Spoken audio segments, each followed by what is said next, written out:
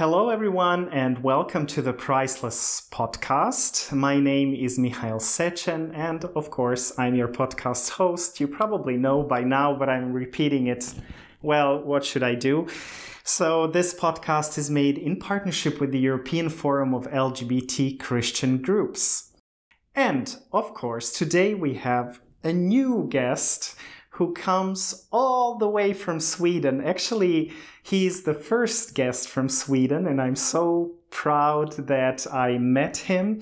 He's kind of my colleague, but we'll talk about it a little bit more later because he does, let's say, something similar. Not really a podcast, but we'll talk about it later. So his name is Oliver Jenke. Did I say it right? Oh, that wasn't too bad. Not too bad. So now you have to tell me. Now you have to tell me how to say it right. Please say it for me. Okay, so the very Swedish way of saying it would be Oliver Jenke. Oh, Oliver Jenke. That's very good.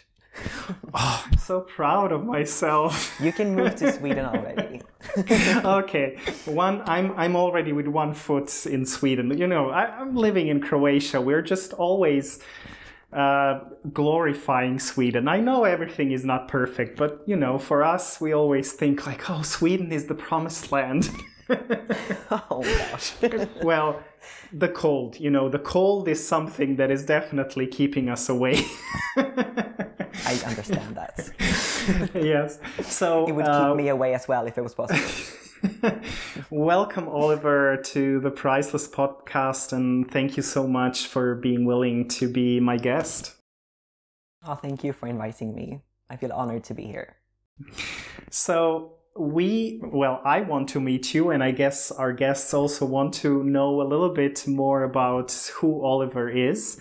So I'm actually going to do something different than from what I did until now. Usually I ask the guests to introduce themselves, but now I just want to read you. I'm just going to say some words and you can answer short or with several sentences, however you feel like.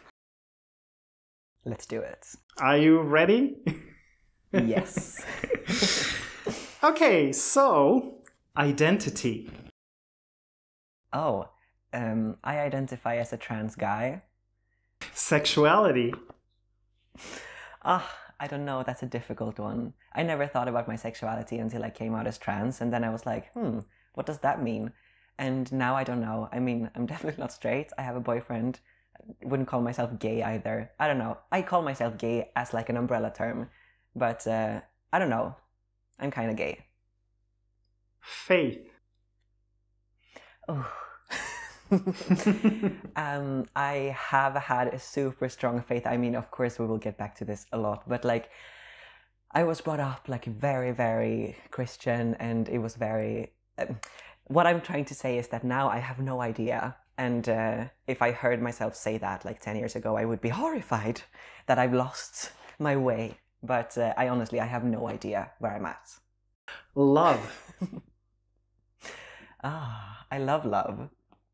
The first thing that sprung into mind was I watched Les Miserables the other day. I'm a huge musical geek, and I'm introducing my boyfriend to musicals. And there's a wonderful sentence in there that says, "To love another person is to see the face of God." That's better than anything that's in the Bible. Oops, what did I say? Yeah. Does your boyfriend love musicals? I wouldn't say love yet. Diversity. I mean, diversity is so important, right? And the world would be so boring without diversity. And I think that I'm constantly like balancing this thing that in society as a whole I'm adding to the diversity because I'm trans and I'm not straight, and any room that I walk into, I will like make the room more diverse. But within the queer community, I am very normative. Like I'm white and I'm transmasculine and I'm so fortunate in so many ways. So there I don't add to the diversity at all, like the opposite. So yeah, I think I'm balancing those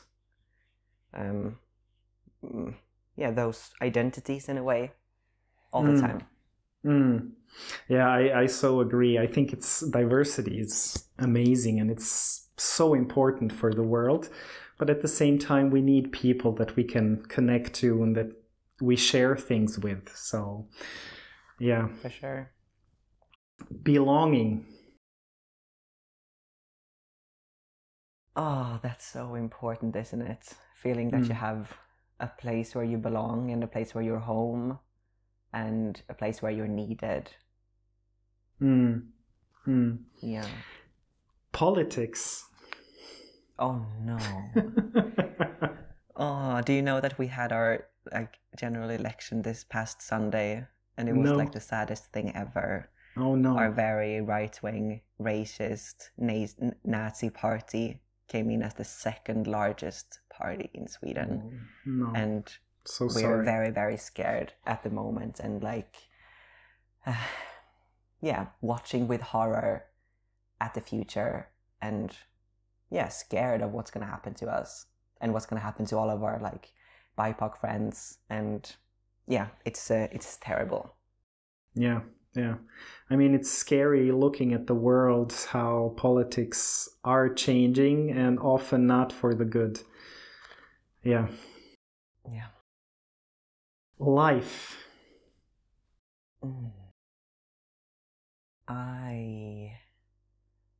I was gonna say I love life, and I feel like that sometimes, and sometimes life is so difficult and hard and feels like it's not worth it. But right now I would say life is good. And the last is podcasts. I love podcasts. And I listen so much to podcasts, like when I clean, or when I do the dishes, or when I take my bike to work, or when I'm walking, or when I can't sleep. I'm not listening to you while I can't sleep though. But podcasts are with me all the time. And also I think podcasts have taught me so much, and it's such a great window into hearing other people's ideas and thoughts and hearing about other people's lives. I love podcasts so much. Thank you so much for being willing to go into this experiment with me of these words. So, I mean, I listened a little bit to your story. We're going to come back a little bit to your YouTube channel, because you also have a YouTube channel, which is very interesting, and I recommend it to my viewers and listeners. I mean, our viewers and listeners to go and check it out. And the link will be in the podcast description. I listened to your story, your process of accepting yourself, but can you also tell for our viewers and listeners your story? How was your process of accepting yourself and coming to terms with you being trans? That's obviously a super long story, and you'll have to stop me if I'm boring you out.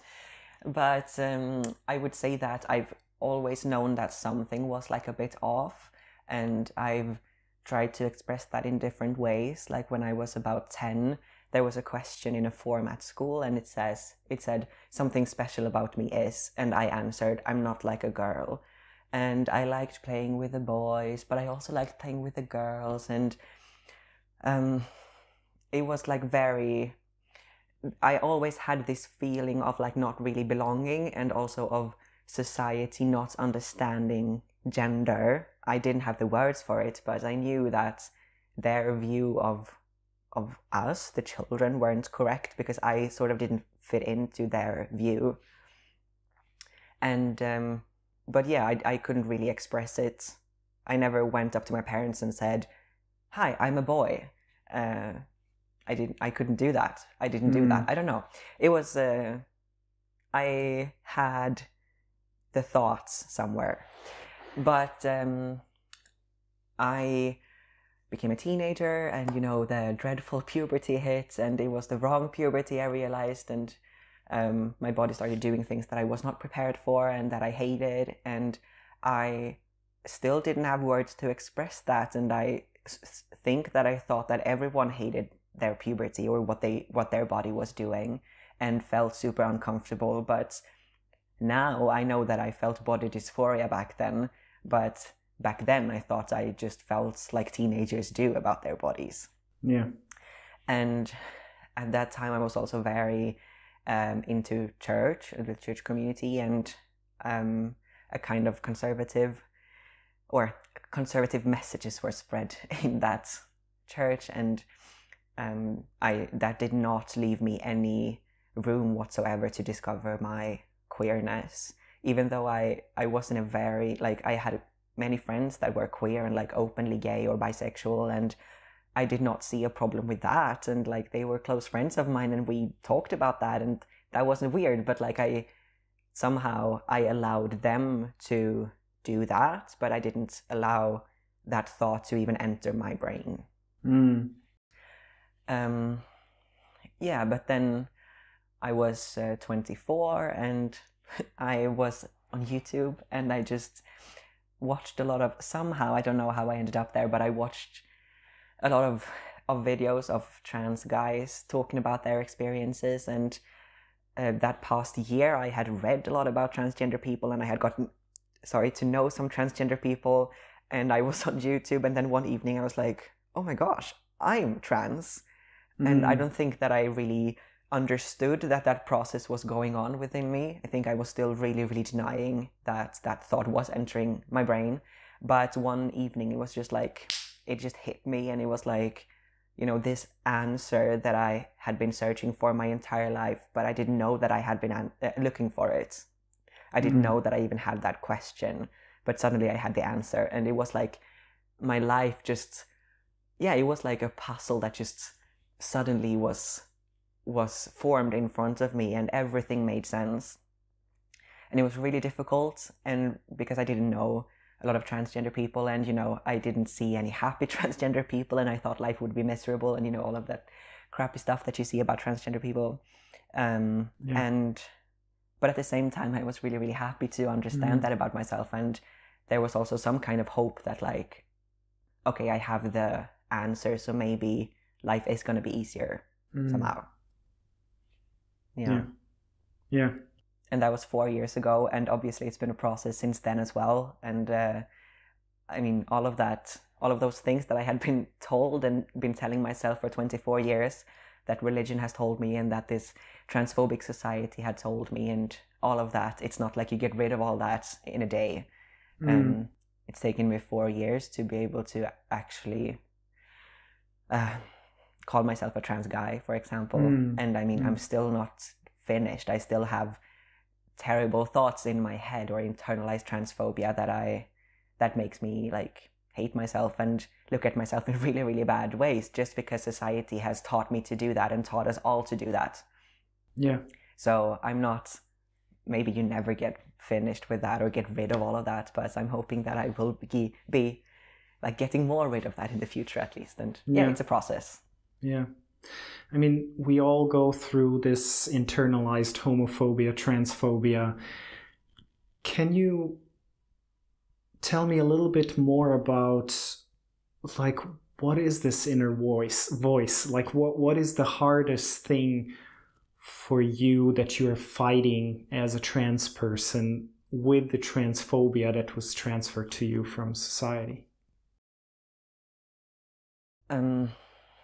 I would say that, I mean, if we separate church and society, because, I mean, obviously church told me that it was sinful, and I mean, no one told me straight up, to my face, that if you're trans, you're going to hell. But that was the underlying message, of everything I've been taught. So, going to hell was maybe not a real like understandable threat, but it was still like that was a big part of why I didn't allow myself to explore that when I was younger. But what society has taught me is, that transgender people are somehow like we're played for laughs in like sitcoms and stuff like that, that we're laughable, and in media we are usually portrayed as like delusional people who believe things about ourselves that we can't really understand ourselves, and we're told that we're like disgusting and a lot of crappy things. And for me it was also really difficult to grasp that other people always called me a girl or called me she, and even when I told people, hey, I'm trans, I want you to use this name and this pronoun and these pronouns, people still referred to me as she. And I was like, okay, since they seem since they see me as a girl, I can't be a guy. And I don't know, that was somehow internalized as well, or really difficult to face, to face that every day of like, no one sees me. When everyone looks at me, they see someone else. And to be firm in like still being you, but when you is something that only you can see, that is really, really difficult. Yeah. I mean, we always need also some acknowledgement from the outside, and when the society and your surrounding is not acknowledging you, it can be really hard with so many things. Yeah. I mean, being gay, being trans, having a partner, people just looking differently or just not knowing what to do. I realize that there are many people who are just confused about, they don't know what to do with me.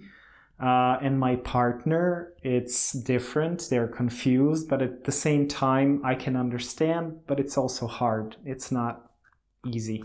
Yeah. So you talked about your faith. Can you tell a little bit more about the whole role of faith with you accepting yourself, the inner struggles where faith played a part? Yeah, totally. It's a really difficult thing to talk about, because I have a lot of I think you will understand why, but talking about faith or anything that relates to Christianity is really triggering to me. But as I've told you, I want to share this story because I think it's really important, and I want other people to understand what it can be to go through something like this. But yeah, it's not easy for me to talk about. I just wanted to say that. But I would say that I got really into church when I was 14. My mom and dad were Christian when I was a child, and they took me to church, and I was in Sunday school and stuff like that, but it was never really something that I was really invested in until I became 14, because then I was confirmated, and I started going to another church that my parents weren't part of, a church that I chose myself, where I had a lot of friends, and I experienced that church as very, very welcoming, and it became a home very, very quickly for me. It's a very small church. We were only 150 to 200 members, and we were a very close group of teens that were hanging out together. And we had leaders that were young adults, and the pastor was also with us sometimes, or most of the times, I don't remember. And we just saw each other every Friday and did all of these fun things. We had a cake baking competitions, or we had we played games, and we just had fun, right? But and we also had some sort of prayer connected to the meeting. And in the summer we went to Christian festivals and Christian camps, and that was so much fun.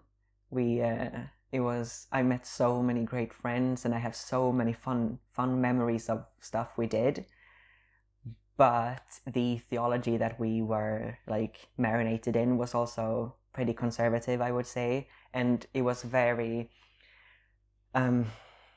it had very like charismatic tones.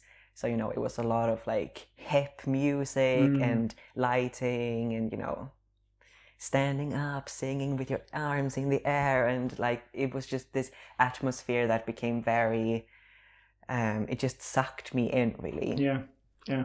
And the people who were doing the sermons, they, I mean, I've never been to a sermon called like, why homosexual people are going to hell or something like that. But it was always told from the front that, you know, when you're giving examples of sins, homosexuality was always there. Or when it was like, oh, by the way, this person like turned from his own old life into a life with Jesus, and his old life was part of homosexuality was part of that. So like, it was always understood that that was wrong. But I thought that that was something that the pastors were saying, but that no one was actually believing really, because hello, we lived in society where like our friends were gay, and how we didn't see that as a problem, right?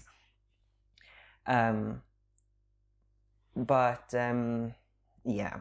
So I was very invested in this church, and I grew older, and I became a leader, and I got,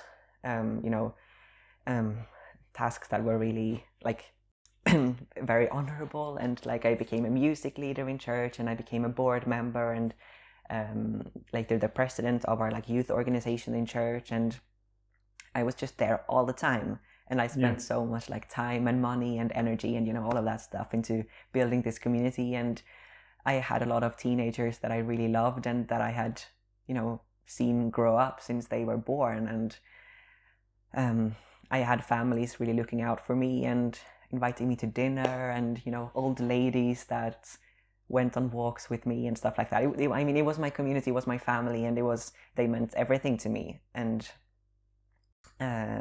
yeah. And then I understood that I was trans, and I still thought that like, we're a welcoming church.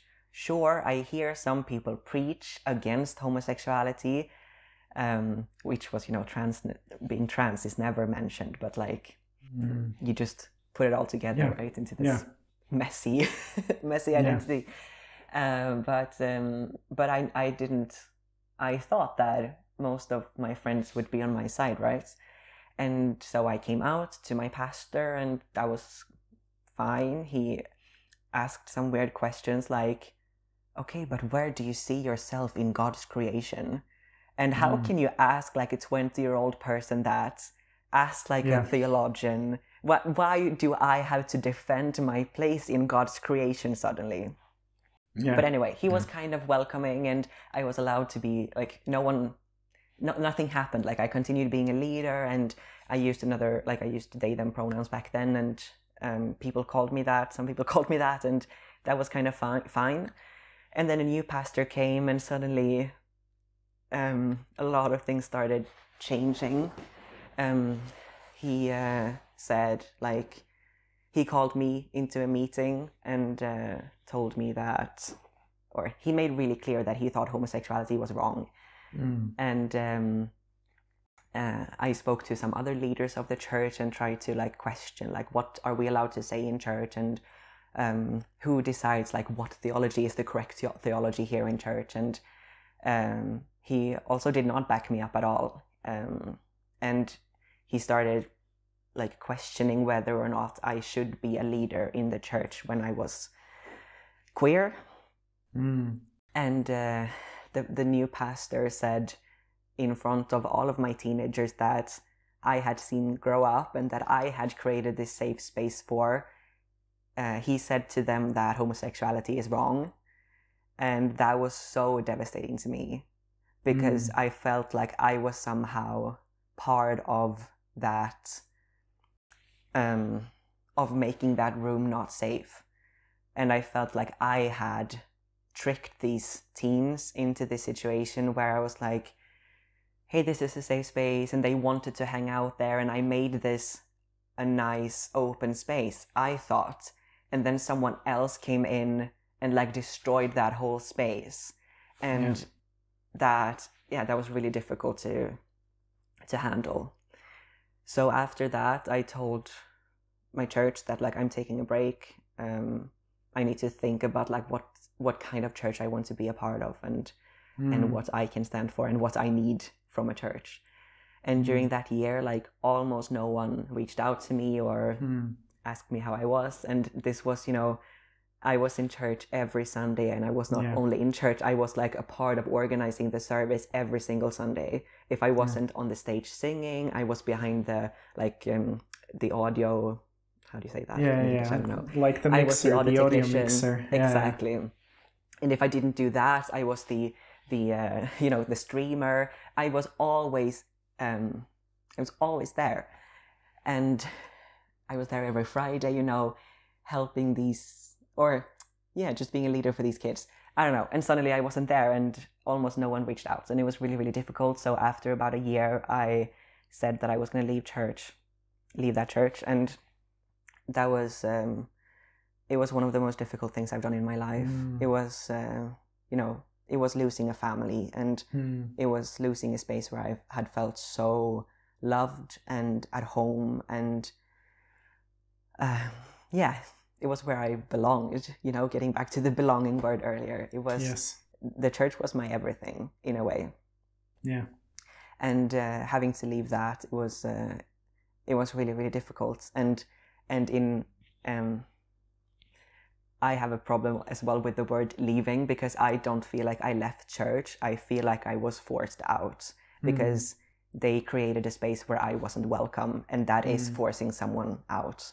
So it was never my decision to leave. I would 100% be a part of that church if I could, but they didn't let me.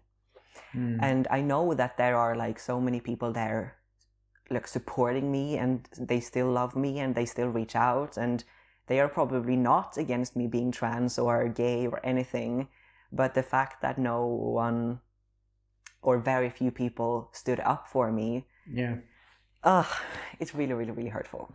Yes.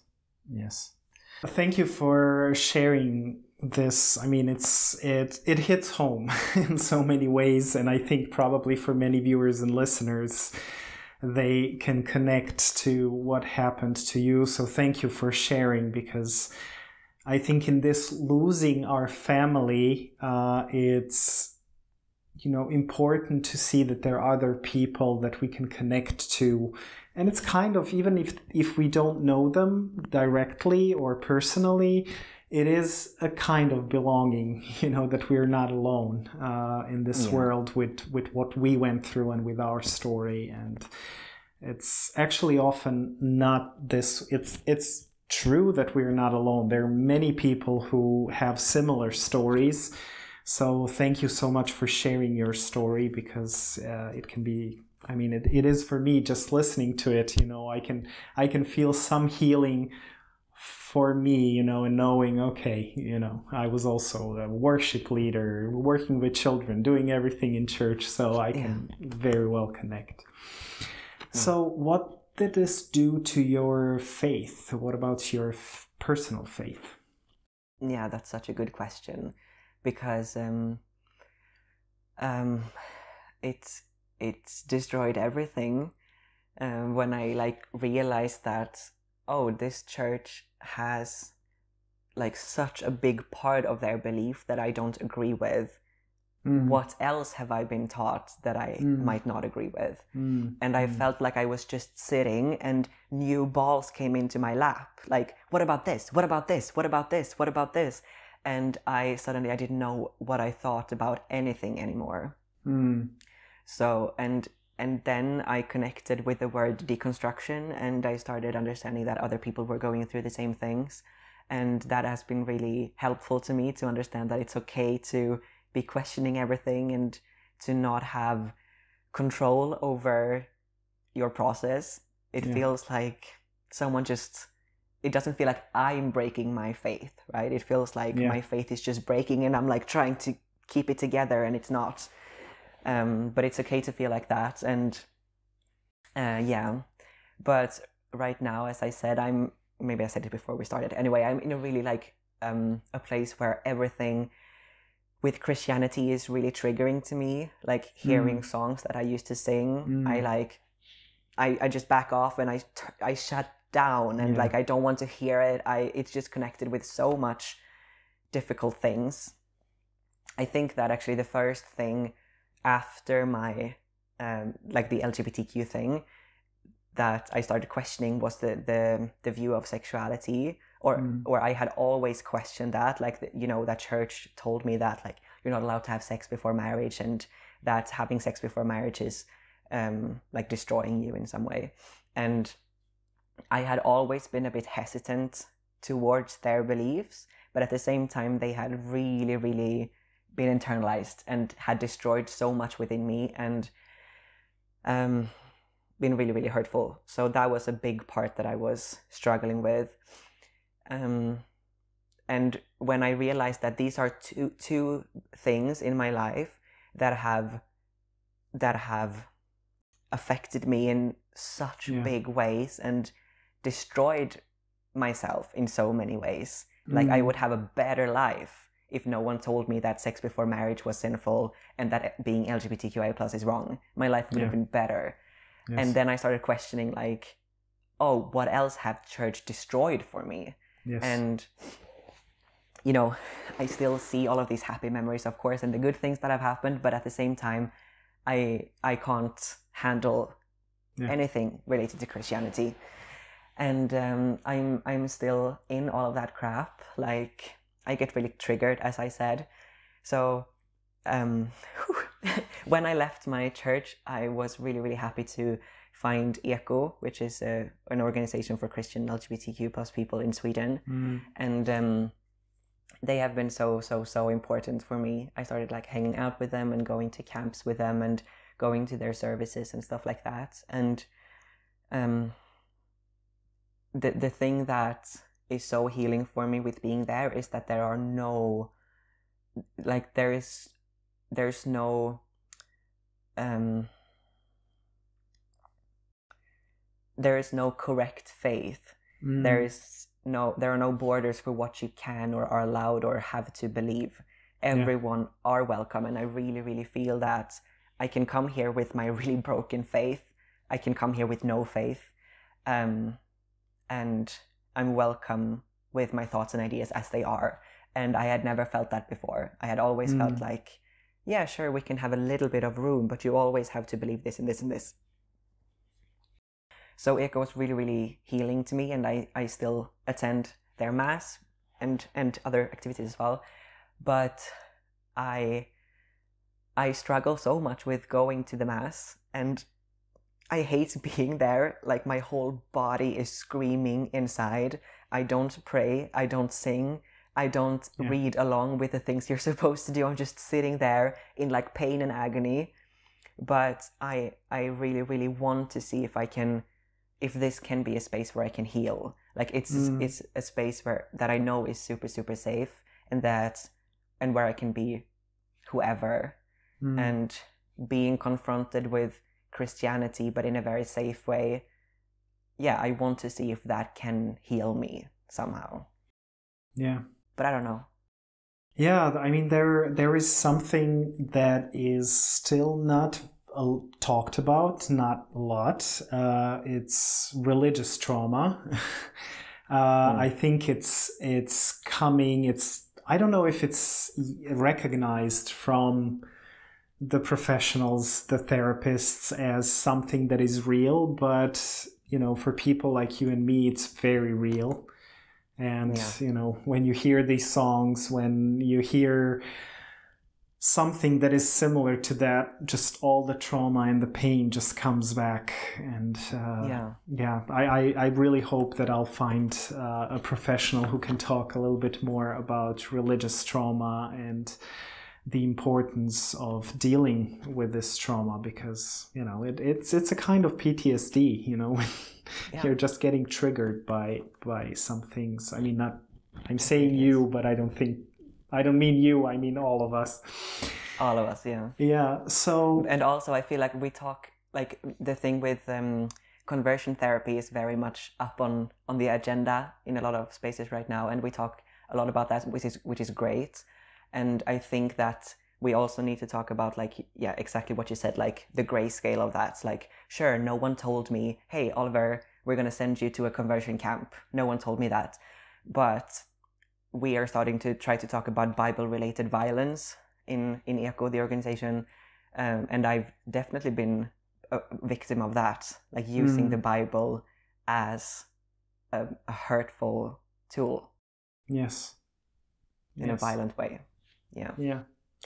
Mental health is something that I would say that we as LGBT plus people are all affected in one way or another, where we are dealing with some mental issues or challenges through the process of self-acceptance, coming out, figuring out, and the whole topic of faith comes along. Is there something that you would like to share about your struggles and what toll it took on your mental health? Yeah, for sure. I think that's really important to talk about as well. It's I feel like a mess, and I don't know, like, I guess with anxiety it's really difficult to understand where it comes from and why I deal with it. But I have dealt with anxiety since I was really, really young. And I think I started getting like proper panic attacks when I was about 15 or 16. But I didn't know what they were back then. I think I understood when I was about 19 or I found the word panic attack and I understood that was what I had been experiencing for a couple of years. And I searched for like medical help then, and I got like some help. Some people did the minimum to help me, but like I still got into the like, I don't know, mental health medical system. So I've been a part of that back and forth since I was for about 10 years now.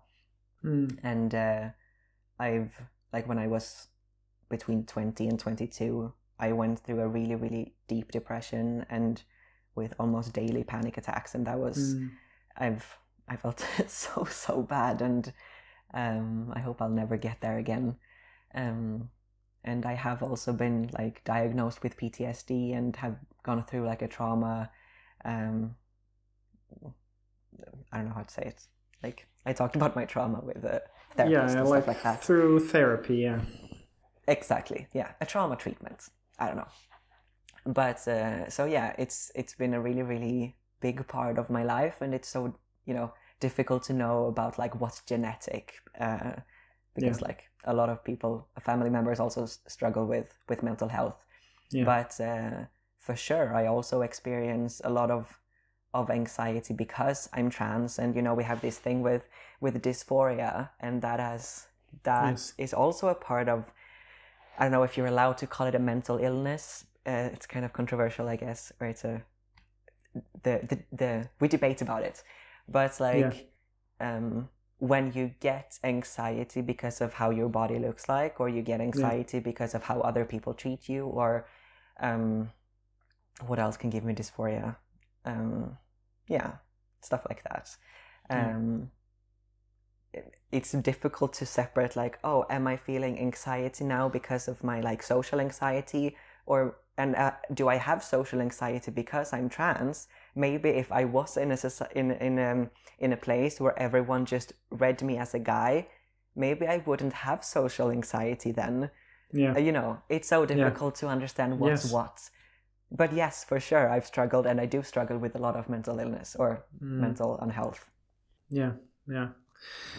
So, for the people out there who are struggling with accepting themselves, or, feeling depressed or anxious, what would you kind of share with them? I hate the word advice, because, it's advice most of the time doesn't help, but what are the main things that really helped you going through your challenges? I guess I would say two things, and the first thing is like seek medical help. Like, if you have suicidal thoughts, please call a hotline. Like, there are people who want to listen to you and who can help you. And if you get medical help that doesn't help, I know it's super difficult, but stand your ground and talk to them and call them until you get proper help. Yeah. I know that's usually not what you're able to do when you're in that state, but like the medical system is there for a reason, and they are supposed to help us with stuff like that. Yeah. And the other thing I would say would be like seek a community, find a place where you can be yourself and where people accept you as you are and love you as you are, because you deserve that, and you deserve to be treated with like respect and love and kindness and all of that. And there are people out there who want to be friends with you and who want to hang out with you and who would think you are amazing. So seek out a community. Yes. We already mentioned you're having a YouTube channel, and I shortly want to hear your motivation behind starting a YouTube channel. You're interviewing different LGBTIQ plus people, but it's different to this podcast. There are similarities, but it's different. So can you tell a little bit about your YouTube channel, but also your motivation, and maybe I'm asking too many questions at once, and how much is it connected to your process of self-acceptance and maybe even healing? Yes. I started a YouTube channel about 2.5 years ago. And it was, like I said, YouTube was such a big part of me understanding that I was trans. And I felt that, there need to be more voices. There are lots of great YouTubers that talk about being trans and lots of great interviews, but I just felt like there can never be enough. And I guess I did see that a lot of the people, at least the people who had like a big following, were usually American or from the UK. And I mean, they're great. But also I was like, I would like to see a wider representation. And I tried to find videos of Swedish transgender people, and I couldn't really find that many. And because of that, I was like, I want to do this. And I've always been kind of intrigued about the like film medium or the video medium, and but I had never tried it before. But I bought a camera and I was like, I'm gonna try and see if this is my thing. I did not have any I mean, I had ideas, but no pressure in any way. I was like, I'm just gonna try this out and we'll see what happens. And I started interviewing people, and I was so inspired by the people I met. And with every person I met, I wanted to meet someone new because I found out new things. And I realized that I know nothing about people on the aro-A spectrum, the aromantic asexual spectrum, for example. And I started interviewing people on those spectrums, and I was like, oh my gosh, there's so many things about the queer community that I don't know about, and that other people probably don't also know about. So I felt like I wanted to create some kind of platform where voices that aren't usually heard can be heard. And I feel like even me, as a white, able-bodied, transmasculine guy, my voice also needs to be heard, or like our voices need to be heard, and we are misrepresented in the media. And I feel like we just need more of all of our voices. It's called Queers of the World, and I know that's a very not so humble title maybe. But I guess I just wanted to show that we are like one world and we're all a part of it. And I haven't met queers from every country in the world yet, but like I have actually interviewed someone from every inhabited continent, and I'm really proud of that. But like, I wish to show more representation in the future, and people from more countries and of more sexualities or gender identities that I haven't covered yet. Is the YouTube channel and the interviews that you do connected in any way with your process of healing? Yeah, I mean, of course they are. Maybe not directly. It's not like I have like sought out people because they have similar experiences to me, but hearing someone speak about something that I can in some way connect to, which is basically everyone, you know, there are points of that you can relate to in every story.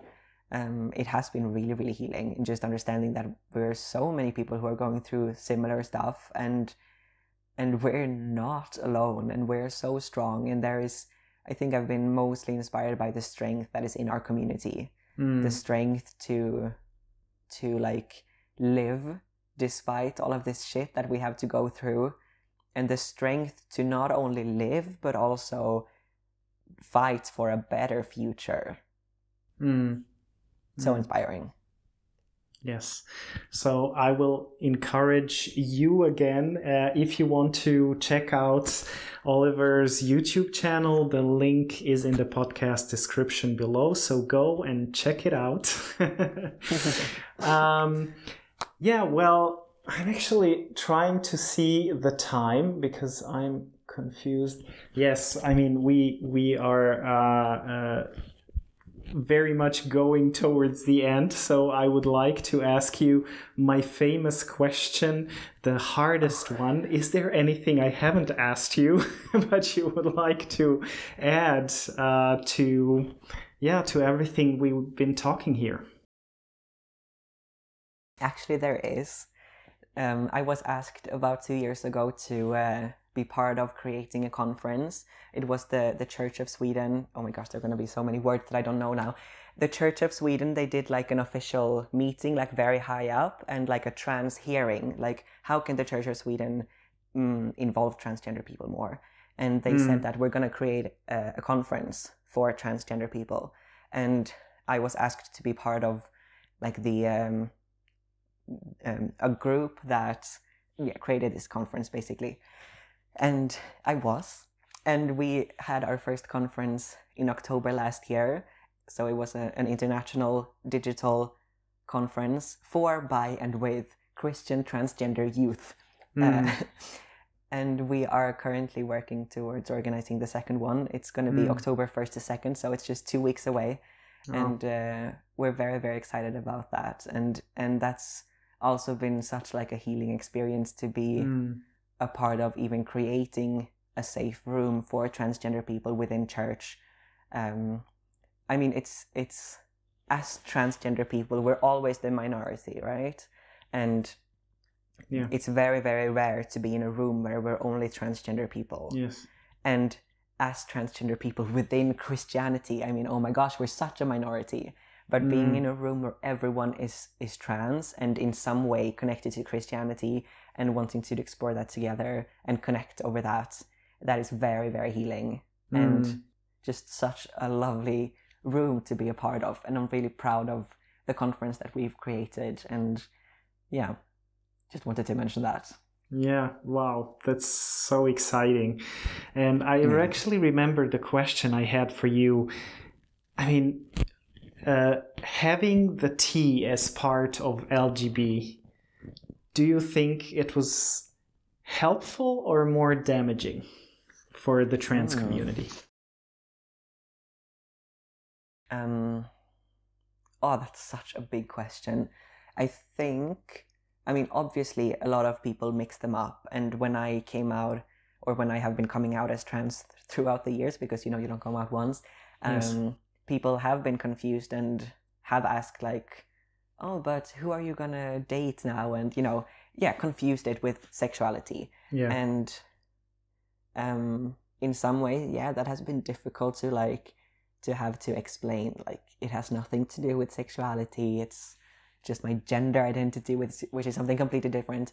But at the same time, I mean, yes, I do feel like we have a lot of things in common, like the lesbian and gay community and the trans community, and there's definitely more strengths to be drawn from being one community and being like being together. But like with church as well, I mean, now I'm getting to a really deep discussion here in the end, but like with church, it's also like, the Bible has so much, it doesn't. People believe that the Bible is very clear about like sex, right? Or about gay sex. Well, it's not, it doesn't say anything about it, but people believe that it does. Yeah. But like, there are very few people who can actually say that the Bible says anything about being trans, right?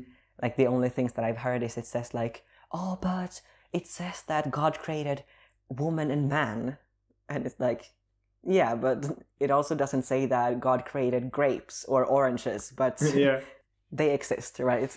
So, so because of that, it's like confusing to be trans in a homophobic church because you're always perceived as gay. It's like people have told me that homosexuality is wrong, and I'm like, I haven't told you I'm gay. Like, why do you tell me? I mean, and they don't know how to handle the tea, right? Because to them there is no tea, because the Bible doesn't say anything about that. So yeah, it's confusing to be mixed up with that, and you have to answer a lot of things that doesn't really apply to you. And I've had to learn a lot about. I mean, I'm really happy about that. Learning a lot about these difficult texts that mention homosexuality, and I'm really happy that I have. But I mean, I don't know, I've just been confronted with them, even though I like shouldn't have had to. I don't know. It's confusing sometimes. Yes, I think it's a complex question. I mean, I asked you the question, but I know there's so much that we could discuss and talk about, and the whole history and everything. So I think it's not easy to answer, but I just wanted to ask it because it's something that I'm often kind of thinking, because I see places where it was damaging for the trans community. So it comes out of me being curious. So, but maybe this is for another time. Thank you so much for being my guest. I'm so glad that I got to know you, and I really hope that we'll stay in contact and, see what the future will bring. But I definitely want to have this exchange with you that we started. Thank you, dear viewers and listeners, for being with us today. This podcast is made in partnership with the European Forum of LGBT Christian Groups. Don't forget to subscribe. Don't forget to check out the links. Check out Queers of the World, Oliver's YouTube channel, and see you next time. Until then, bye everyone. Bye, Oliver. Bye-bye. Thank you.